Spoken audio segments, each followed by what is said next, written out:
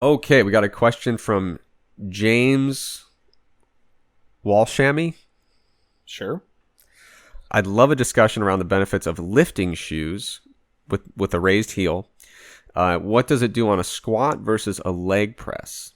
I'm thinking the main difference is to do with the trunk in the squat? Question mark. So, what do you think about Olympic weightlifting shoes with an elevated heel for the squat and for the leg press? Yeah, so starting with the squat, mechanically, kind of just if we assume humans operate as simple machines, uh, the primary thing that squatting with a raised heel will do for you is allow more forward knee travel and allow your torso to be slightly more upright if you have ankle mobility restrictions. If you don't have ankle mobility restrictions, theoretically squatting in a flat-soled shoe versus a shoe with a raised heel should be virtually identical. Um, and so in terms of who I would pretty strongly recommend to at least try squatting with a raised heel, it would primarily be people with ankle mobility restrictions. Like I said, that's if we assume that humans are just simple machines.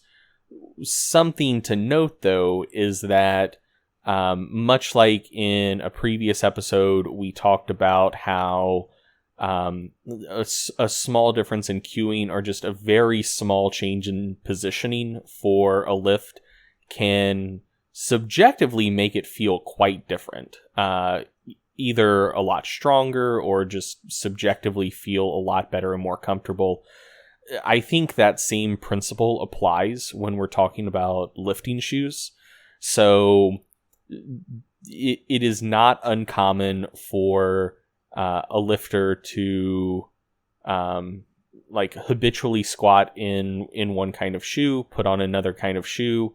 You take a video of the squat. Squat looks basically the same, but one just feels way, way better or way, way worse. So even if you don't have ankle mobility restrictions and your squat kinematically is virtually identical with a flat-soled shoe versus a raised heel, you may still strongly prefer one to the other. And so I do think that even if there's not something that looks like it should be an obvious benefit, I still think it's worth most lifters playing around with squatting with a raised heel just to see if, like, anecdotally for themselves, that feels better. And then for squat versus leg press. So Eric and I were talking about this before we started recording because while I do have some raised heel squat shoes, I never leg press. Or I haven't leg pressed consistently in probably a decade. So I don't think I've ever worn my squat shoes on a leg press. But what Eric said made a lot of sense. And he said it basically just depends on the angle of the leg press platform. So some leg presses, if you're before you start going down, your ankles will basically be in neutral. Like, you know, the angle of your foot coming off of your shank will be like 90 degrees. And in that case, wearing a shoe with an elevated heel will likely allow for greater depth on the leg press and more forward knee travel. Again, if you do have ankle mobility restrictions.